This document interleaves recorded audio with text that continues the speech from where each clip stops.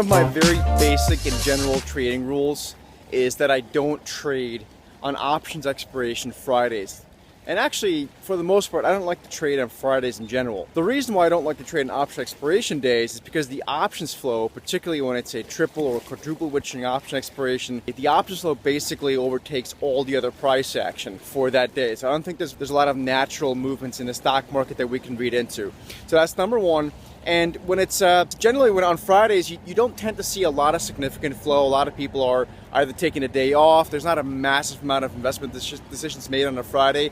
So I think Fridays are better to do research than to trade. So the other thing about trading too much on a Friday is that if you rack up losses because the market's difficult on a Friday, which it tends to be, you can really ruin your weekend, and we really don't want to do that. So instead, I think a much better thing to do on a Friday is, like I said, some research, or you do something totally different. You come down here to the lake, enjoy the views, do some sports, get into the long weekend, whatever. Just don't do too much trading on a Friday.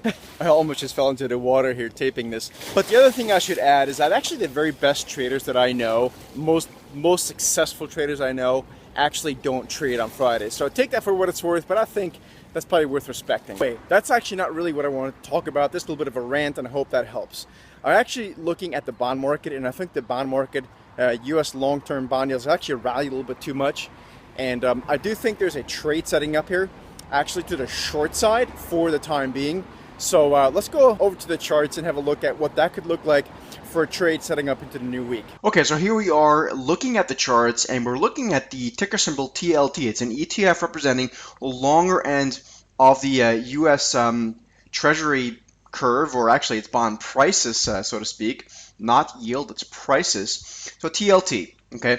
And what we've seen here basically ever since about June of last year is a continued reflation, so to speak, in price. Okay, so a continued lowering in yield on the longer end of U.S. Treasury bonds. And I do think that this trend will continue, and you can see that here the trend is pretty clear. Of course, the long-term trend is even more clear if you go back very long.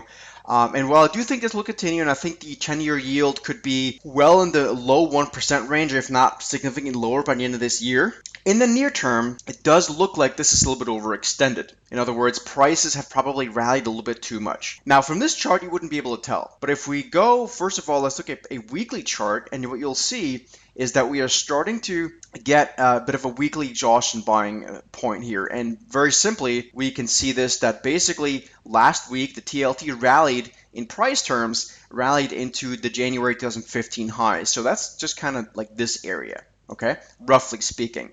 And we kind of exhausted that buying point there. Not too dissimilar to what we saw here in February after that rally. And you can see that very visibly by sort of the lack of being able to close at those highs. Now, that doesn't mean that this has to fall apart from here. In fact, that's not my thesis. But I think a pause here seems quite likely. Now, of course, this week we have the Brexit vote over in the UK. While I have no idea what the outcome is, I don't think anyone else does. But if we do get a Brexit, I suspect we could continue to see a bit in price. But I'm not quite sure even then if in the near term we'd be able to get above last week's high on a weekly closing basis. If there's no Brexit, I suspect that bonds are probably going to sell off in sort of a bit more of a risk-on feel, if you will, for risky asset class. In that case, I would suspect we'd come down. So either way, I think this should be an okay trade to put on this week. Now, more importantly, let's look at this on a daily chart so you guys can see kind of what I'm talking about here from a what I call bearish reversal perspective. It's not too dissimilar to what we saw here in February. The TLT rallied very strongly last week, and then ultimately we had this what we call an island reversal. It's a bit of a technical term, and it doesn't really matter if you get it or not, but it's kind of what it's called. And you can see we rallied again after the Fed last week on Thursday. We failed to close at the highs, as I said before. And basically on Friday, we saw follow-through selling, right? That's this day here. So I suspect that this point up here last week around 137.65, 70, maybe if you want to round up, is probably a pretty decent spot that I think should be holding as resistance for, let's say, the next few weeks or so. So from my perspective, I think there's trades to do here. You can express a view by selling out of the money call spreads. Maybe you buy some cheap puts. There's some stuff to do, or the TLT is not going to fall apart, so to speak. but it's more so there's probably a bit of a pause here. Maybe we see some sort of a sideways move. That's my base case for the next couple of weeks or so.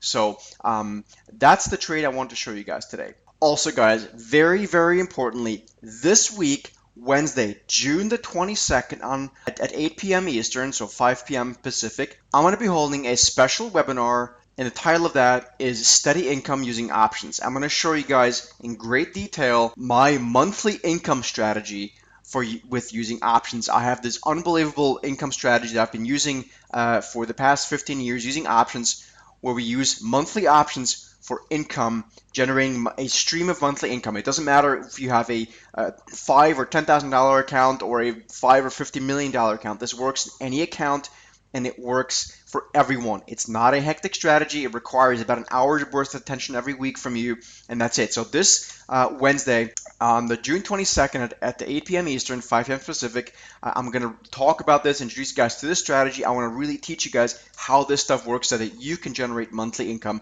using trading. The link to sign up for the webinar is down below. It is a free webinar, so please sign up, and I hope to see you there. Guys, for today's vlog, I hope this makes sense.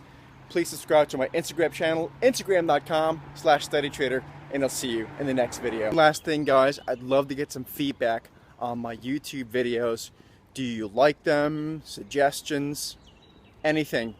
Let me know in the comment section down below. Thanks.